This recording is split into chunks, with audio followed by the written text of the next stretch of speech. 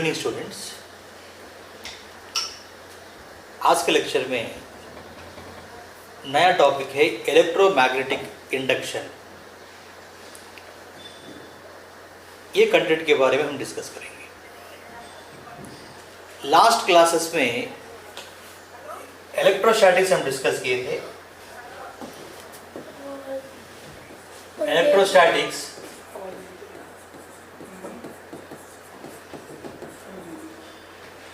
ये जो इलेक्ट्रोस्टैटिक्स है, ये इलेक्ट्रोस्टैटिक्स किसके बारे में, जो इलेक्ट्रोस्टैटिक्स है इसमें प्रॉपर्टी ऑफ द चार्ज के बारे में हम डिस्कस किए थे। इलेक्ट्रोस्टैटिक्स में हम प्रॉपर्टीज ऑफ चार्ज, जब चार्ज पार्टिकल रेस्ट पे है, जब चार्ज पार्टिकल रेस्ट पे है तो उसके प्रॉपर्टीज क्या क्या रहेंगे। जब चार्ज पार्टिकल रेस्ट पे है उसके प्रॉपर्टीज क्या क्या है, इलेक्ट्रिक फील्ड, इलेक्ट्रिक पोटेंशियल, ये पूरा कॉन्सेप्ट हम इलेक्ट्रोस्टैटिक्स में डिस्कस किए थे। इसके बाद हम जो डिस्कस किए थे current, electricity, current. So what is current? Current क्या होता है कि flow of charge, flow of charge in definite direction. So flow of charge in definite direction is known as electric current. ये दो कॉन्सेप्ट्स हम last lectures में discuss किए थे। One is electrostatics and another one is current electricity. उसके बाद हम जो टॉपिक, इसके पहले और एक टॉपिक हम डिस्कस किए थे, that is moving charge. So what is moving charge? Moving charge में हम क्या डिस्कस किए थे?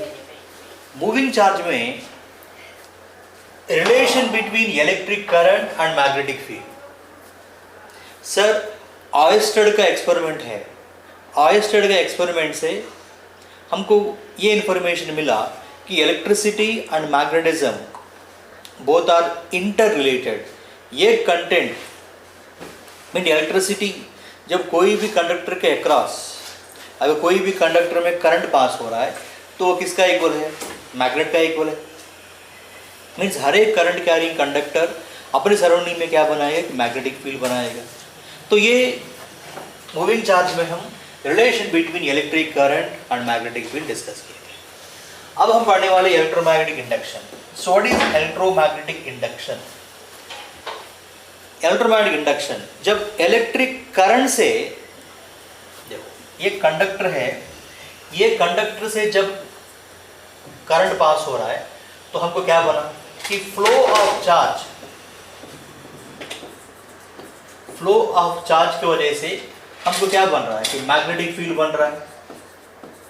फ्लो ऑफ चार्ज की वजह से मैग्नेटिक फील्ड बना, तो चार्ज पार्टिकल जब मोशन में है तो क्या बनाएगा कि मैग्नेटिक फील्ड बनाएगा। क्या इसका उल्टा बोल तो मैग्नेटिक फील्ड से करंट नहीं बन सकता है? जब करंट से, ध्यान दे दो, जब करंट से मैग्नेटिक फील्ड बना, क्या मैग्नेटिक फील्ड से इलेक्ट्रिक करंट बन नहीं सकता? मैग्नेटिक फील्ड से इलेक्ट्रिक करंट बन नहीं पाएगा। तो इसका आंसर है यस, मैग्नेटिक फील्ड की वजह से भी करंट बन सकता है। माइकल फैराडे एंड हेनरी, ये दो साइंटिस्ट है, माइकल फैराडे एंड हेनरी। इन दोनों ने ये कंटेंट के ऊपर बहुत सारे एक्सपेरिमेंट्स किए थे एंड एक्सपेरिमेंट्स करके ये कंक्लूजन दिए कि जब ऑयस्टेड ने इलेक्ट्रिक करंट से मैग्नेटिक फील्ड बनता है तो इसका जो इन्वर्स है, मैग्नेटिक फील्ड की वजह से भी करंट बन सकता है। मैग्नेटिक फील्ड की वजह से भी करंट बनता है। तो मैग्नेटिक फील्ड की वजह से करंट कैसे बनेगा? देखो उनका एक्सपेरिमेंटल सेटअप ये था। देखो एक बात ध्यान दे दो, ये कॉइल है, ये वाला एक कॉइल है,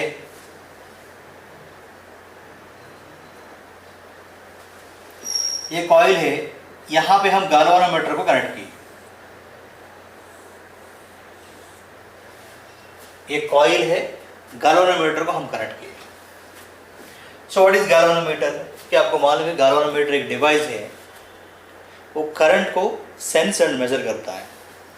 हम यहाँ पे एक बार मैग्नेट को यहाँ पे रख दिए, ये हो गया हमारा बार मैग्नेट, यहाँ पे हम बार मैग्नेट को रख दिए। तो मैग्नेटिक फील्ड किधर से किधर जाएगा? ये जो मैग्नेटिक फील्ड है, so that magnetic field is from north pole to south pole. ये मैग्नेटिक फील्ड ऐसे जाएगा नॉर्थ पोल टू साउथ। ध्यान दे दो, अब आपके पास कॉइल है एंड ये वाला बार मैग्नेट है। जब ये पोजीशन है ऐसा रख दिए, मीन्स दोनों भी रेस्ट पे है, मैग्नेट को भी मैं मूवमेंट नहीं दिया, कॉइल को भी मूवमेंट नहीं दिया, तो क्या हो गया? ये गैल्वेनोमीटर में कुछ डिफ्लेक्शन नहीं आया। ध्यान दे दो ये टॉपिक के ऊपर। मैग्नेट में मोशन नहीं है, मैग्नेट रेस्ट पे है, कॉइल भी रेस्ट पे है, तो ये कॉइल के अंदर कुछ मीन्स गैल्वेनोमीटर के अंदर कुछ रिफ्लेक्शन नहीं आया। अब ध्यान दो, जब ये जो कॉइल है, ये कॉइल को हम रेस्ट पे रख दिए, ये कॉइल को रेस्ट पे रख दिए, ये जो बार मैग्नेट है, ये बार मैग्नेट को हम टू एंड फ्रो मोशन किया। ये बार मैग्नेट को ऐसे टू एंड फ्रो मोशन किया, तो क्या हो गया कि ये जो कॉइल है, ये कॉइल में डिफ्लेक्शन ऑब्जर्व हुआ। गैल्वेनोमीटर जो है, ये गैल्वेनोमीटर में डिफ्लेक्शन ऑब्जर्व हुआ। अब देखो, अब ये जो बार मैग्नेट है, ये बार मैग्नेट को हम रेस्ट पे रख देंगे।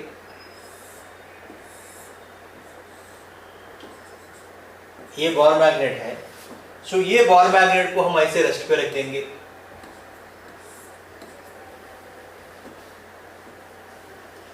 अब ये कॉइल है,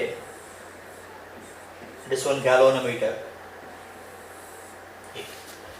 बार मैग्नेट को रेस्ट पे रख के ये कॉइल को हम ऐसे मूव करेंगे। मीन्स ये बार मैग्नेट है एंड ये वाला कॉइल है, बार मैग्नेट को रेस्ट पे रख दिए, ये कॉइल को हम ऐसे आगे पीछे किए, तब भी हमको ये गैल्वेनोमीटर में डिफ्लेक्शन ऑब्जर्व होगा। गैल्वेनोमीटर में डिफ्लेक्शन ऑब्जर्व होगा। मीन्स ये रिसर्च कौन किए थे? सर माइकल फैराडे ने किए थे। पहला, जब ये दोनों के बीच में रिलेटिव मोशन नहीं है, मीन्स ये जो कॉइल है, कॉइल एंड बार मैग्नेट, ये कॉइल एंड बार मैग्नेट के बीच में कुछ रिलेटिव मोशन नहीं है, तो ये गैल्वेनोमीटर में डिफ्लेक्शन भी नहीं दिखाई दिया। बट जब कॉइल को रेस्ट पे रखे, बार मैग्नेट को to and fro motion, bar magnet को ऐसे आगे पीछे ऐसे लेके गए, तब गैल्वेनोमीटर में डिफ्लेक्शन आ गया। बार मैग्नेट को रेस्ट पे रख दिए एंड ये कॉइल जो है, ये कॉइल को हम ऐसे टू एंड फ्रो से आगे पीछे लेके गए, तब हमको गैल्वेनोमीटर में डिफ्लेक्शन ऑब्जर्व हुआ। तो ऐसा क्यों हुआ? ऐसा क्यों हुआ कि मैग्नेटिक फील्ड क्या हो रहा है वहां पे कि मैग्नेटिक फील्ड चेंज हो रहा है। तो चेंज इन मैग्नेटिक फील्ड की वजह से करंट बनता है। So that current is known as induced current. Mean change in magnetic field की वजह से करंट जनरेट हो रहा है। जब ये मैग्नेटिक फील्ड कांस्टेंट था, तो ये कॉइल में कुछ डिफ्लेक्शन नहीं आया, ये गैल्वेनोमीटर में कुछ डिफ्लेक्शन नहीं आया। बट हम क्या किए कि ये कॉइल है, ये बार मैग्नेट को ऐसे टू एंड फ्रो मोशन ऐसे कर दिए। जब ऐसे किए तो क्या हो रहा है कि जो फ्लक्स है, मैग्नेटिक फ्लक्स है, वो magnetic flux linking with the coil, ध्यान दे दो ये कॉन्सेप्ट के ऊपर, magnetic flux linking with the coil changes, flux change होते जा रहा है। ओके, तो उसके बाद देखो, अब एक जनरल आइडिया है। अब ये मैग्नेटिक फील्ड है, ये मैग्नेटिक फील्ड है। अब ये मैग्नेटिक फील्ड कैसा है? ये magnetic field inside the board है। ये मैग्नेटिक फील्ड के अंदर हम एक कॉइल को रख देंगे, ये कॉइल है। तो मैग्नेटिक फील्ड के अंदर ऐसा एक कॉइल रख दिया, ये कॉइल है। क्या ये कॉइल में करंट डेवलप होता है?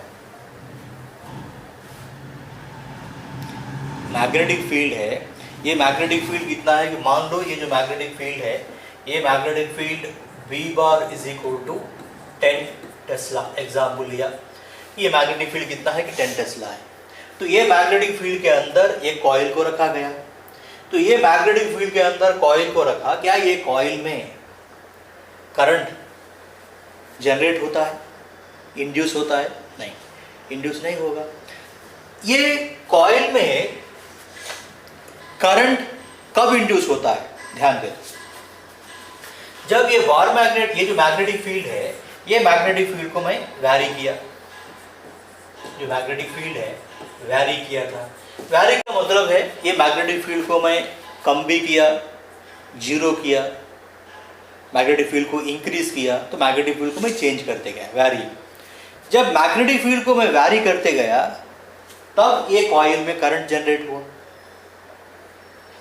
जब मैग्नेटिक फील्ड कांस्टेंट था तो कॉइल में कुछ करंट दिखाई नहीं दिया, बट मैग्नेटिक फील्ड को वैरी किया, मीन्स मैग्नेटिक फील्ड पहला 10 था, 0 हो गया, बाद में 4 कर दिया, 2 कर दिया, तो मैग्नेटिक फील्ड को वैरी किया।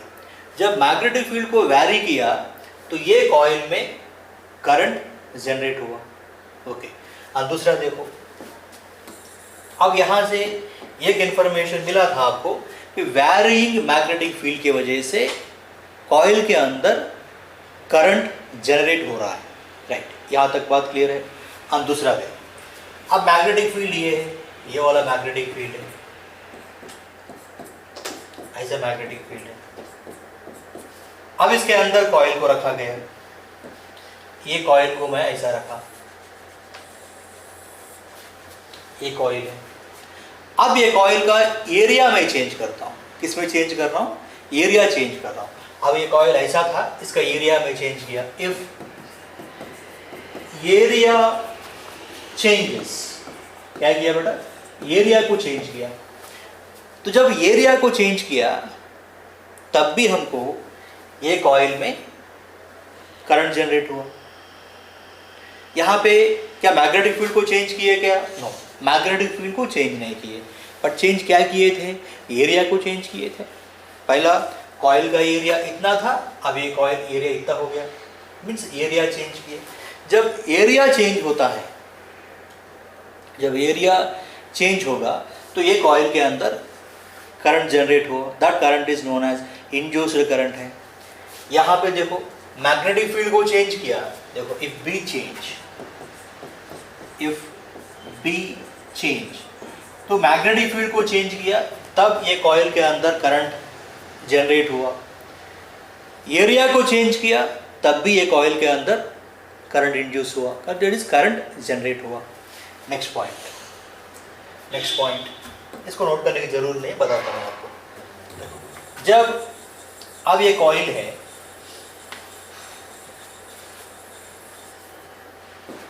मैग्नेटिक फील्ड, मान लो मैग्नेटिक फील्ड ऐसा है,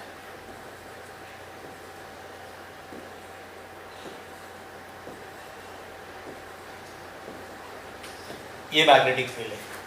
तो मैग्नेटिक फील्ड किधर है कि आउटसाइड द बोर्ड है, magnetic field is outside the board है। जब magnetic field outside the board है, ये कॉइल है, ये कॉइल है, मैग्नेटिक फील्ड किधर है कि magnetic field is outside the board है, ये कॉइल है। अब ये कॉइल को मैं ऐसा घुमाता हूँ, ये कॉइल को हम ऐसे घुमाएं, ये कॉइल को हम ऐसे घुमाएं। जब ये कॉइल को ऐसे घुमाएं तब कॉइल के अंदर कुछ करंट जनरेट हुआ। देखो सपोज मान लो ये कॉइल है, ये कॉइल है, मैग्नेटिक फील्ड किधर है कि मैग्नेटिक फील्ड आपके तरफ है, आउटसाइड द बोर्ड। अब ये कॉइल है, ये कॉइल को देखो, ये कॉइल को मैं ऐसा घुमा रहा हूँ। जब ये कॉइल को मैं ऐसा घुमाया, ये कॉइल है, ये कॉइल को मैं जब ऐसे घुमाया तो ये कॉइल के अंदर कुछ करंट जनरेट नहीं हुआ। ओके, अब देखो, अब मैग्नेटिक फील्ड ऐसा है, तो magnetic field is outside the board है, तो magnetic field outside the board है, ये कॉइल है, ये कॉइल को मैं ऐसा रोटेट किया, ऐसा रोटेट किया। जब ये कॉइल को ऐसा रोटेट किया, तो जब ये ऑब्जर्व किया गया कि इसके अंदर करंट डेवलप हुआ, इसके अंदर करंट डेवलप हुआ। अभी आपको समझ में आया कि जो इंड्यूस्ड करंट है, मीन्स करंट जो जनरेट हो रहा है, करंट किसके वजह से जनरेट हुआ? पहला बताओ किसके वजह से जनरेट हुआ? Time varying magnetic field. Magnetic field को चेंज करने से कॉइल के अंदर करंट आ गया। और दूसरा, एरिया चेंज करने से कॉइल के अंदर करंट जनरेट हुआ। और तीसरा है, क्या बताया आपको? ये जब ये कॉइल को ऐसा रोटेट किया तो कुछ ये कॉइल के अंदर करंट नहीं आया। ऐसा क्यों नहीं आया? अब देखो, मैग्नेटिक फील्ड किधर है? कि मैग्नेटिक फील्ड आपके तरफ है। एरिया वेक्टर किधर है? ये हो गया एरिया वेक्टर। ये कॉइल है तो इसका एरिया वेक्टर ये हो गया। तो एरिया वेक्टर भी इधर है, मैग्नेटिक फील्ड भी इधर है, तो एंगल कितना हो गया? 0। The angle between area vector और मैग्नेटिक फील्ड इज 0। बट अब ये कॉइल है, ये कॉइल है, मैग्नेटिक फील्ड तो आपके तरफ ही है, ये ध्यान दे दो। Magnetic field outside the board है। अब इसका एरिया वेक्टर ये है, इसको हम ऐसे ही चेंज किए, ऐसे घुमाएं। जब इसको हम ऐसे घुमाएं तो क्या हो रहा है? Angle between area vector, angle between area vector and magnetic field क्या होते जा रहा है? चेंज होते जा रहा है। जब angle between area vector and magnetic field change हुआ, तब भी हमको ये कॉइल के अंदर करंट जनरेट हुआ। यहाँ पे देखो, अब ये कॉइल को अब ऐसे रोटेट किए, ऐसा घुमाएं, इसका एरिया वेक्टर तो इधर ही है, मैग्नेटिक फील्ड भी इधर ही है, इसको ऐसे घुमाएं तो क्या ये एंगल चेंज हो रहा है? नहीं। एरिया वेक्टर, अब ये कॉइल को आप ऐसे घुमा रहे हैं, ये कॉइल को आप ऐसे घुमाएं तो इसका एरिया वेक्टर भी इधर ही है, सो मैग्नेटिक फील्ड भी इधर ही है, तो दोनों के बीच में एंगल कुछ चेंज नहीं है। बट इसको हम, ये एरिया वेक्टर है, ये मैग्नेटिक फील्ड है। अब ये जो कॉइल है, ये कॉइल को हम ऐसे रोटेट किए, ये कॉइल को हम ऐसे रोटेट किए तो क्या हो रहा है? एंगल चेंज हो रहा है। Angle between area vector and magnetic field जो है वो चेंज हो रहा है। तो इसकी वजह से भी ये कॉइल के अंदर करंट जनरेट होता है। ओके, तो अभी तक आपको 3 पॉइंट्स समझ में आ गए कि कॉइल के अंदर करंट जनरेट क्यों होता है। कॉइल के अंदर करंट इसलिए जनरेट होता है कि पहला पॉइंट है, मैग्नेटिक फील्ड वैरी करने से कॉइल में करंट जनरेट हुआ। दूसरा पॉइंट है, एरिया चेंज करने से कॉइल के अंदर करंट जनरेट हुआ। एंड तीसरा पॉइंट है, the angle between area vector and magnetic field. Area vector and magnetic field के बीच में एंगल को चेंज करने से भी कॉइल के अंदर करंट जनरेट हुआ। एंड फोर्थ पॉइंट है, देखो अब एक कॉइल को हम ऐसे रखा गया, ऐसा कॉइल है, दैट कॉइल कंटेन ऐसे टर्न्स है, ये कॉइल के पास टर्न्स है, ये मैग्नेटिक फील्ड है। अगर नंबर ऑफ टर्न्स बढ़ गए, ये कॉइल का जो नंबर ऑफ टर्न्स है, तो नंबर ऑफ टर्न्स इंक्रीज हो गए। जब नंबर ऑफ टर्न्स, देखो नंबर ऑफ टर्न्स चेंजेस, अगर नंबर ऑफ टर्न चेंज हो गए तो भी हमको ये कॉइल्स के अंदर करंट जनरेट हुआ। मैग्नेटिक फील्ड के अंदर कुछ चेंज नहीं किया था, तो मैग्नेटिक फील्ड उतना ही रखे, तो मैग्नेटिक फील्ड उतना ही रखे, नंबर ऑफ टर्न्स बढ़ाए और नंबर ऑफ टर्न्स कम किए, तो नंबर ऑफ टर्न्स में चेंज किया, तब भी हमको करंट जनरेट हुआ। ओके, तो electromagnetic induction. So what is electromagnetic induction? पहले सर ऑयस्टर के एक्सपेरिमेंट से इंफॉर्मेशन हमको ये मिला था कि मूविंग चार्ज के वजह से मैग्नेटिक फील्ड बन रहा है, मीन्स करंट के वजह से मैग्नेटिक फील्ड बन रहा है। इलेक्ट्रोमैग्नेटिक इंडक्शन में चेंज इन मैग्नेटिक फील्ड के वजह से, ध्यान दे दो, चेंज इन मैग्नेटिक फील्ड के वजह से क्या बन रहा है? करंट बन रहा है। चेंज इन मैग्नेटिक फील्ड की वजह से करंट बन रहा है, ये होता है इलेक्ट्रोमैग्नेटिक इंडक्शन। ओके, अब देखो, ध्यान दे दो इसके ऊपर। The phenomena in which electric current is induced by varying magnetic field is called electromagnetic induction. Magnetic field को क्या हो रहा है कि मैग्नेटिक फील्ड को हम वैरी किए था, अभी आपको बताया था मैग्नेटिक फील्ड को हम क्या किए, वैरी किए थे. नोट करो ये पॉइंट को. The phenomenon in which electric current is induced by varying magnetic field is called electromagnetic induction.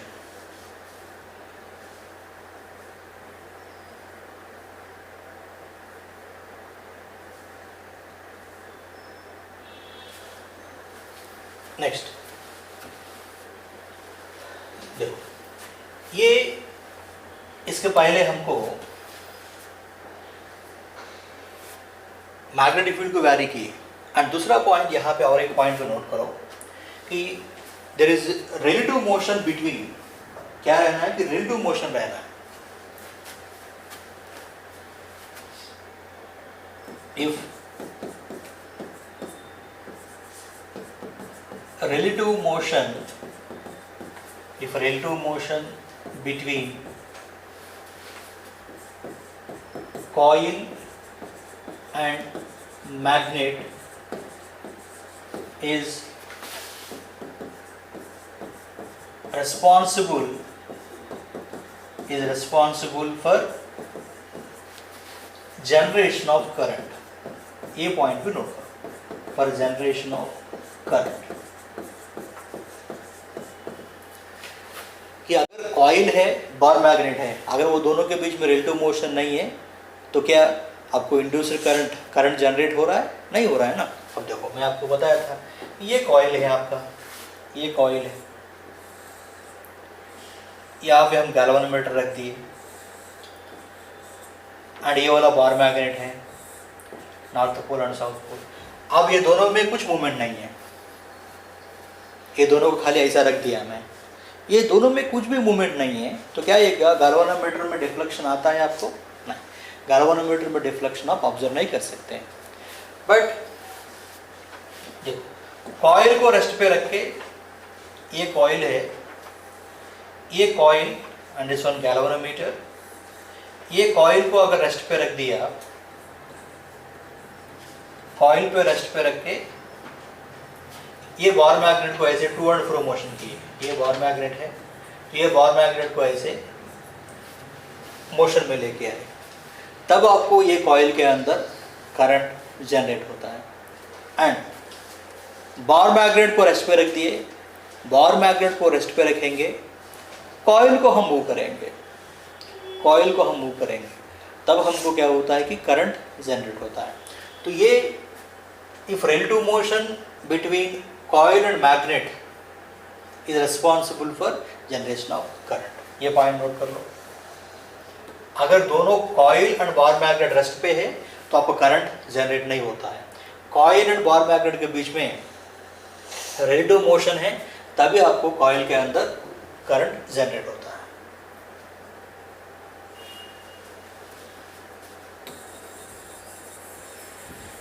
हो गया. देखो अब इसका ही हम ऐसे ही बता सकते हैं. सपोज ये एक कॉइल है, ये कॉइल है, तो यहाँ पे हम गैल्वेनोमीटर को कनेक्ट कर दिए, ये गैल्वेनोमीटर है, ये गैल्वेनोमीटर है. और दूसरा हम ये कॉइल लिए, ये कॉइल है,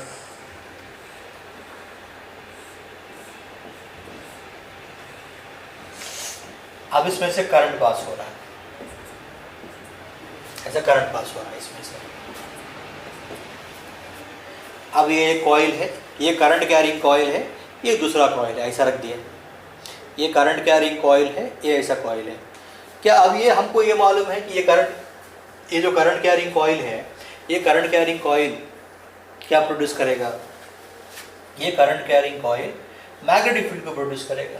तो ये हो गया मैग्नेटिक फील्ड, ये हो गया मैग्नेटिक फील्ड. अब ये जो करंट कैरिंग कॉइल का मैग्नेटिक फील्ड है, वो मैग्नेटिक फील्ड के अंदर कौन है? वो मैग्नेटिक फील्ड के अंदर ये दूसरा कॉइल है. मीन्स ये जो करंट का ध्यान दे दो, ये करंट कैरिंग कॉइल है, ये करंट कैरिंग कॉइल मीन्स जब कॉयल में से करंट पास हो रहा है तो क्या डेवलप होगा, मैग्नेटिक फील्ड डेवलप होता है ना, तो ये मैग्नेटिक फील्ड है। वो मैग्नेटिक फील्ड के अंदर किसको रखा गया कि दूसरा कॉयल को रखा गया। क्या ये गैल्वेनोमीटर में डिफ्लेक्शन आएगा, गैल्वेनोमीटर में डिफ्लेक्शन आता है, गैल्वेनोमीटर में डिफ्लेक्शन नहीं आएगा। बट अब यहाँ पे ये जो करंट क्या कॉइल है, ये करंट कॉइल है, एक कॉइल है, ये वाला कॉइल क्या था, करंट कैरिंग कॉइल। ये करंट कैरिंग कॉइल को हम ऐसे मूव किए, ये करंट कैरिंग कॉइल को हम ऐसे मूव किए, तब ये कॉइल में करंट जनरेट होता है। बट ये करंट कैरिंग कॉइल को रेस्ट पे रखो, ये करंट कैरिंग कॉइल को रेस्ट पे रखो, एंड ये जो कॉइल है, ये कॉइल को ऐसा मोशन में लेके जाओ, ऐसा मोशन में लेके जाओ, जब भी आपको करंट जनरेट होता है। अब ये सारे ऑब्जर्वेशन से आपको क्या इन्फॉर्मेशन मिला कि टोटल ऑब्जर्वेशन से आपको ये इन्फॉर्मेशन मिला कि रिलेटिव मोशन रहना ज़रूरी है। कॉइल एंड बार मैग्नेट के बीच में जब रिलेटिव मोशन है तभी आपको करंट जनरेट होता है। ओके, यहाँ तक तो क्लियर हो गया। एंड दूसरा पॉइंट यहाँ पे हम ऑब्जर्व करना है कि मैग्नेटिक फ्लक्स, मैग्नेटिक फ्लक्स के बारे में आप जानना है कि व्हाट इज मैग्नेटिक फ्लक्स। जैसे इलेक्ट्रोस्टैटिक्स में हम इलेक्ट्रिक फ्लक्स के बारे में पढ़े थे। इलेक्ट्रिक फ्लक्स क्या होता है कि एक पर्टिकुलर यूनिट एरिया में से, देखो इलेक्ट्रिक फ्लक्स जो है,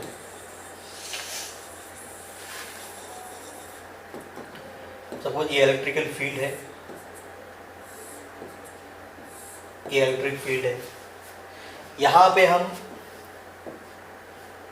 ये क्रॉस सेक्शन, ऐसे क्रॉस सेक्शन रख दिए। ये पर्टिकुलर यूनिट एरिया में से, ये पर्टिकुलर एरिया में से कितने number of electric field lines pass होके जा रहे हैं, that is known as electric flux. So electric flux का मीनिंग होगा कि number of field line, number of field lines passing through unit area, means एक पर्टिकुलर यूनिट एरिया में से कितने नंबर ऑफ फील्ड लाइंस पार करके जाएंगे, वही फ्लक्स का इक्वल हो जाएगा। देखो अब यहाँ पे ये एक एरिया ऑफ क्रॉस सेक्शन है, एक एरिया ऑफ क्रॉस सेक्शन है। इसका एरिया वेक्टर किधर रहेगा कि इसका जो एरिया वेक्टर है, इसका एरिया वेक्टर ये है, ये एन क्या, इसका एरिया वेक्टर है। तो इलेक्ट्रिक फील्ड जो है ये हो गया इलेक्ट्रिक फील्ड का डायरेक्शन, ये इलेक्ट्रिक फील्ड का डायरेक्शन है। अब area vector and electric field ये दोनों के बीच में जो एंगल है वो थीटा है। Area vector and electric field दोनों के बीच में एंगल है थीटा। अब फ्लक्स किसका इक्वल हो जाएगा, मैं आपको इलेक्ट्रोस्टैटिक्स में डिस्कस किया था, फ्लक्स किसका इक्वल हो जाएगा, flux phi is equal to E bar dot D S bar, इसका area vector D S bar लेगा। मीन्स फ्लक्स क्या हो जाएगा, फ्लक्स एक पर्टिकुलर यूनिट एरिया में से कितने number of field lines pass करके जाएंगे, that is known as electric flux होता है। तो सिमिलरली जब मैग्नेटिक फ्लक्स है तो यहाँ पे इलेक्ट्रिक फील्ड की जगह अब मैग्नेटिक फील्ड रख दो। देखो यहाँ पे ये एक एरिया लिए थे हम, ऐसा एक एरिया है। अब इसका एरिया वेक्टर किधर है, इसका जो एरिया वेक्टर है ये देखो, ये हो गया इसका एरिया वेक्टर। तो मैग्नेटिक फील्ड क्या हो रहा है कि मैग्नेटिक फील्ड ऐसे जा रहा है, मीन्स एरिया वेक्टर से मैग्नेटिक फील्ड कितना एंगल किया था कि थीटा एंगल किया। देखो अब ये एरिया है, गिवन एरिया, इसका जो एरिया वेक्टर है यानी कि आप एरिया वेक्टर है, तो एरिया वेक्टर से जो मैग्नेटिक फील्ड है वो मैग्नेटिक फील्ड कितना एंगल बना रहा है कि थीटा एंगल बना रहा है। जब ये थीटा एंगल बनाया, इसके दो कंपोनेंट्स है कि one component is B sine theta and other component is B cos theta. B cos theta कौन सा कंपोनेंट है कि परपेंडिकुलर कंपोनेंट है, तो ये बी कॉस थीटा हो गया।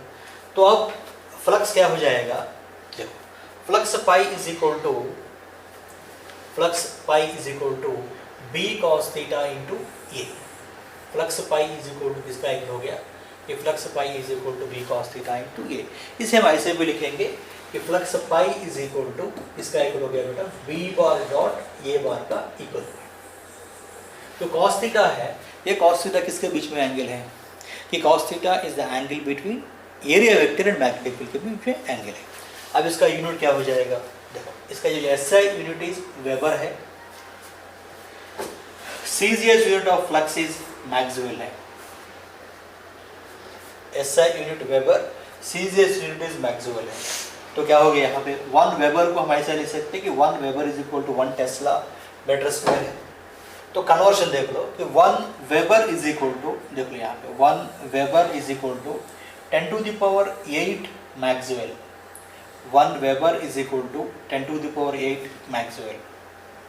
इसका जो डायमेंशनल फार्मूला क्या हो जाएगा, डायमेंशनल फार्मूला किसके लिए, फ्लक्स के लिए, ml2 t power -2 a power -1। Note करो ये।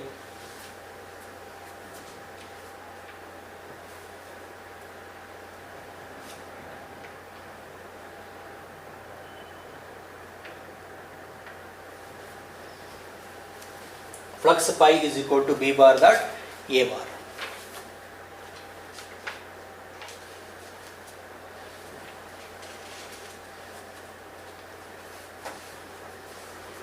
ओके, नेक्स्ट देखो बेटा।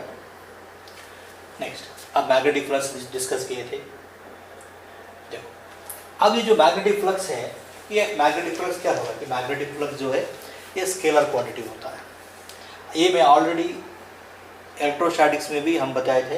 देखो इनकमिंग फ्लक्स जो है, अभी ये सिलेंडर है, ऐसा एक हम एक सिलेंडर लिए थे, ये वाला सिलेंडर है, ऐसा सिलेंडर है। अब इसका ये जो सर्कुलर क्रॉस सेक्शन है, ये सर्कुलर क्रॉस सेक्शन का एरिया वेक्टर किधर रहेगा, इसका एरिया वेक्टर है इधर, इसका एरिया वेक्टर किधर रहेगा, इसका एरिया वेक्टर भी इधर रहेगा। अब ये जो कर्व्ड सरफेस दिख रहा है आपको, सिलेंडर रखे ना, तो इसका जो कर्व्ड सरफेस है, ये कर्व्ड सरफेस का जो एरिया वेक्टर है वो हो गया ए। अब मैग्नेटिक फील्ड का डायरेक्शन किधर है, देखो ये हो गया आपका मैग्नेटिक फील्ड का डायरेक्शन, तो ये मैग्नेटिक फील्ड का डायरेक्शन है। अब यहाँ से देखो, अब यहाँ पे फ्लक्स क्या हो जाएगा, यहाँ पे फ्लक्स क्या हो जाएगा, यहाँ पे एरिया वेक्टर और मैग्नेटिक फील्ड के बीच में एंगल क्या हो गया, 180 डिग्री है। देखो एम 1 2 एंड 3 लिया, तो यहाँ पे देखो ये फेस पे मीन्स यहाँ पे इसका एरिया वेक्टर किधर है, कि इसका एरिया वेक्टर है ये वाला, एंड मैग्नेटिक फील्ड डायरेक्शन ये है। तो फ्लक्स क्या हो जाएगा कि बी बार डॉट ए बार, तो एंगल क्या हो गया यहाँ पे कि 180 डिग्री। तो फ्लक्स क्या हो गया यहाँ पे कि नेगेटिव हो जाएगा, क्रॉस 180 कितना है कि नेगेटिव। एंड दूसरा है यहाँ पे फ्लक्स क्या है, यहाँ पे एरिया वेक्टर और मैग्नेटिक फील्ड, एरिया वेक्टर भी इधर ही है, मैग्नेटिक फील्ड भी इधर ही है, तो दोनों के बीच में एंगल क्या हो गया 0 डिग्री। तो cos 0 डिग्री कितना है कि 1 है। तो फ्लक्स क्या हो गया, फ्लक्स हो गया पॉजिटिव, यहाँ पे फ्लक्स हो गया नेगेटिव, यहाँ पे फ्लक्स हो गया पॉजिटिव, और यहाँ पे फ्लक्स कितना है 0। क्यों 0 हो गया यहाँ पे, ये फ्लक्स है, ये अपना ये फ्लक्स पाई, यहाँ पे फ्लक्स 0 का इक्वल हो गया, यहाँ पे फ्लक्स पॉजिटिव है, फ्लक्स पॉजिटिव है, नोट कर लो। यहाँ पे फ्लक्स जो है ये फ्लक्स नेगेटिव है, ये सिलेंडर है आपका।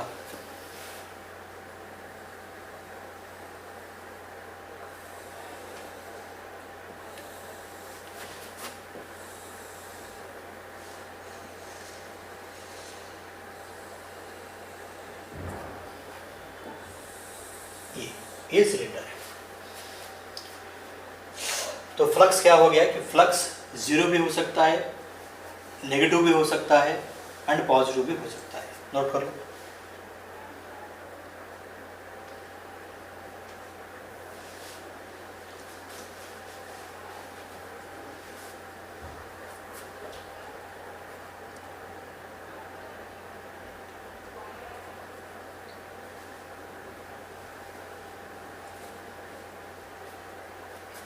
ओके, नेक्स्ट देखो,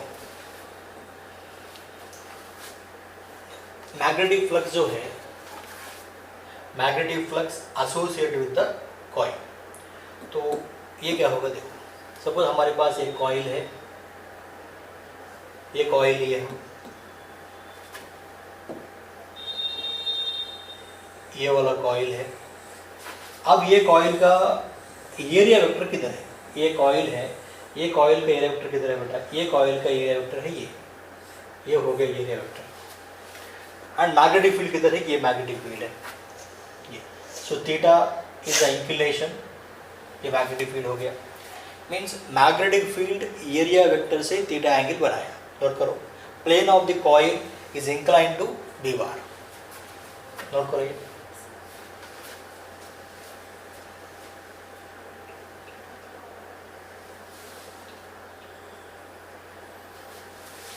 तो क्या हुआ यहाँ पे, देखो अब यहाँ पे मैग्नेटिक फ्लक्स जो है, अब यहाँ पे मैग्नेटिक फ्लक्स क्या हो जाता है, देखो यहाँ पे हम मैग्नेटिक फ्लक्स लिख सकेंगे कि बी कॉस थीटा इंटू ए क्या, और ये बात मीन्स मैग्नेटिक फील्ड का एक कॉम्पोनेंट किधर है, B cos theta into N क्या भी आप लिख सकते हैं। नोट करो बी कॉस थीटा, फ्लक्स किसका एक बेटा, flux phi is equal to क्या लिख सकेंगे हम, बी बार डॉट ये बार।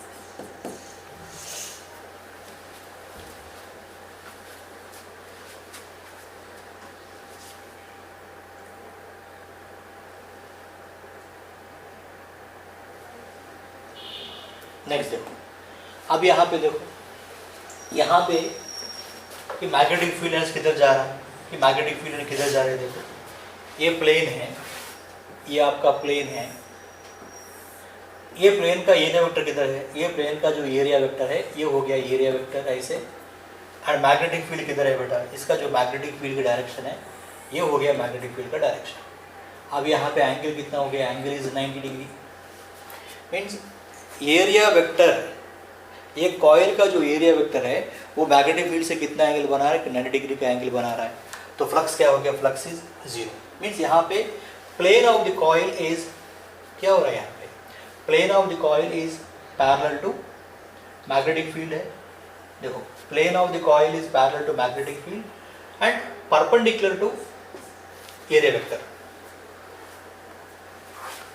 देखो मैग्नेटिक फील्ड, इसका प्लेन एंड मैग्नेटिक फील्ड, ये प्लेन है, ये magnetic field and magnetic field ये दो पैरेलल है। बट ये प्लेन का जो एरिया वेक्टर किधर रहेगा, ये प्लेन का एरिया वेक्टर ये है। तो एरिया वेक्टर और मैग्नेटिक फील्ड के बीच में एंगल 90 हो गया। नोट करो यहाँ पे फ्लक्स क्या हो जाएगा, यहाँ पे फ्लक्स इक्वल टू 0 का इक्वल हो जाएगा।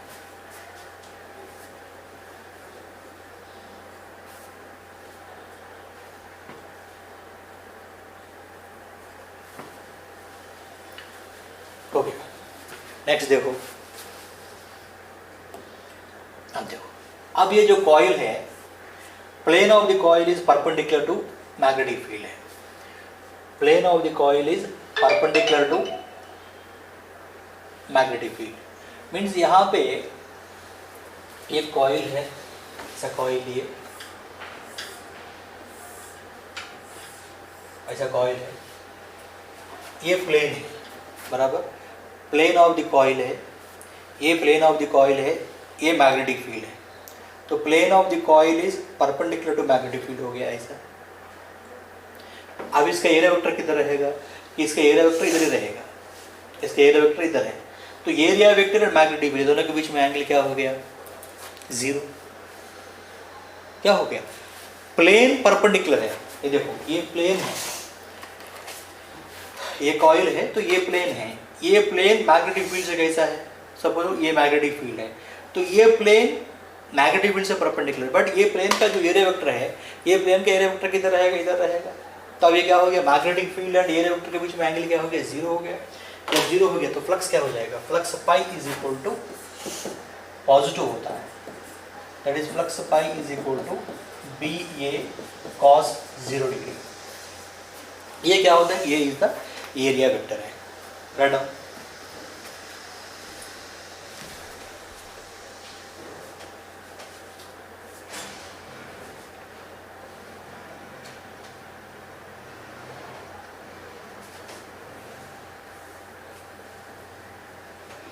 नेक्स्ट देखो मैग्नेटिक फ्लक्स, देखो magnetic flux linked with the coil, flux phi is equal to किसका इक्वल है, ये flux phi is equal to flux phi is equal to, ये चेंज करो, N B A cos theta.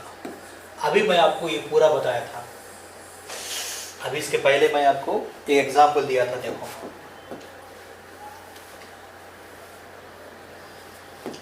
जब आपको ये कॉइल था, ये कॉइल है, ये वाला मैग्नेटिक फील्ड था, ये मैग्नेटिक फील्ड था। अब मैग्नेटिक फील्ड को मैं वैरी किया, मैग्नेटिक फील्ड को वैरी किया। जब मैग्नेटिक फील्ड को वैरी किया तो क्या चेंज होता है? मैग्नेटिक फील्ड को वैरी करने से फ्लक्स ही चेंज होता है ना। तो पहला मेरा कॉइल ऐसा था बेटा, ये कॉइल है। जब मैग्नेटिक फील्ड 10 टेस्ला है तो कितने नंबर ऑफ फील्ड लाइन ये कॉइल को टच करके जाएंगे, कितने नंबर ऑफ फील्ड लाइंस ये जो कॉइल है इसमें से एंटर होके जाएंगे। जब मैग्नेटिक फील्ड को चेंज करते जा रहा हूँ तो क्या हो जाएगा? फ्लक्स भी चेंज होते जाएगा ना। What is flux? The number of field lines crossing through the coil. तो अगर ये मैग्नेटिक फील्ड को चेंज किया तो फ्लक्स ही चेंज हो रहा है। जब फ्लक्स चेंज होगा तो क्या डेवलप होगा? करंट डेवलप होगा। तो वही मैं आपको पहला बताया था। देखो magnetic flux linking with the coil, तो magnetic flux linking with the coil, flux phi is equal to N B A cos theta, can be change. देखो नंबर ऑफ टर्न्स चेंज करने से भी फ्लक्स में चेंज आएगा, varying magnetic field की वजह से भी फ्लक्स में चेंज आएगा, पुलिंग और pushing in the coil into the magnetic field की वजह से भी फ्लक्स में चेंज आएगा, और change in orientation of the coil, अभी आपको बताया था, बताया कि नहीं बताया? ओरिएंटेशन, ये कॉइल को ऐसा घुमाने से भी क्या आ जाएगा? फ्लक्स में चेंज आएगा। जब फ्लक्स में चेंज आएगा तो हमको करंट डेवलप होता है, करंट जनरेट होता है।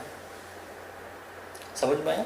सिंपल एग्जांपल है, फ्लक्स सपोज ये कॉइल है, ये कॉइल है, यहाँ पे हम गैल्वेनोमीटर रख दिए, ये गैल्वेनोमीटर रख दिए, तो ये आपका बार मैग्नेट है, ये वाला बार मैग्नेट है, नॉर्थ एंड साउथ। अब देखो कि जब बार मैग्नेट को हमें ऐसा नज़दीक लेके गया तो कितने नंबर ऑफ फील्ड लाइंस ये कॉइल को टच करेंगे? मान लो 100 फील्ड लाइंस टच किए। जब ये कॉइल को मैं ऐसा पीछे लेके आया, the number of field lines, the number of field line crossing the coil क्या हो जाएंगे? कम हो जाएंगे ना। तो क्या होगा? फ्लक्स चेंज हो रहा है। जब ये बार मैग्नेट को मैं इसका नज़दीक लेके गया, बार मैग्नेट को कॉइल के नज़दीक लेके गया, तो क्या होगा? नंबर ऑफ फील्ड लाइंस बढ़ जाएंगे ना, number of field lines crossing the area बढ़ जाएंगे। जब ये जो कॉइल है, ये बार मैग्नेट है, ये बार मैग्नेट को मैं ऐसा पीछे लेके आया, तब भी क्या हो जाएगा? फ्लक्स में चेंज हो जाता है। फ्लक्स का मीनिंग है कि number of field lines linked with the coil, number of field line linked with the coil. ये कॉइल को जो नंबर ऑफ फील्ड लाइंस हैं, ये नंबर ऑफ फील्ड लाइंस, अब देखो ये the field line linking with the coil क्या हो जाएगा? वो चेंज हो जाएगा। दैट इज फ्लक्स चेंज हो रहा है। जो फ्लक्स चेंज हो जाएगा तो हमको इसके अंदर करंट जनरेट होता है। ये पूरे पॉइंट्स मैं आपको डिस्कस किया था कि नंबर ऑफ टर्न्स, कॉइल का नंबर ऑफ टर्न्स चेंज करने से भी हमको करंट डेवलप होता है, मैग्नेटिक फील्ड को वैरी करने से भी हमको करंट डेवलप होता है। और दूसरा, बार मैग्नेट को वैसा रख दिया, मीन्स मैग्नेटिक फील्ड को रख दिया, कॉइल को मैं ऐसा किया तो अभी हमको करंट डेवलप होता है। और तीसरा ओरिएंटेशन, कि कॉइल को मैं ऐसा घुमाया, जब कॉइल को घुमाया तो क्या हो रहा है कि मैग्नेटिक फील्ड और एरिया वेक्टर के बीच में एंगल चेंज हो रहा है। ओके, तब भी हमको करंट डेवलप होता है। बेटा, तो ये है बेसिक इंफॉर्मेशन, बेसिक लेक्चर किस पे? Electromagnetic induction. आप सिर्फ इतना ही याद रखो, करंट के वजह से मैग्नेटिक फील्ड बनता है, वो हम पिछले क्लास में पढ़े थे। अब यहाँ पे क्या पढ़ रहे हैं कि वैरिंग मैग्नेटिक फील्ड में चेंजेस की वजह से क्या आ रहा है हमको? इलेक्ट्रिक करंट जनरेट हो रहा है, इलेक्ट्रिक करंट जनरेट हो रहा है। तो आज के लेक्चर में यहाँ तक नोट कर लो, नेक्स्ट लेक्चर में यही कंटेंट के ऊपर और आगे बढ़ेंगे। Thank you.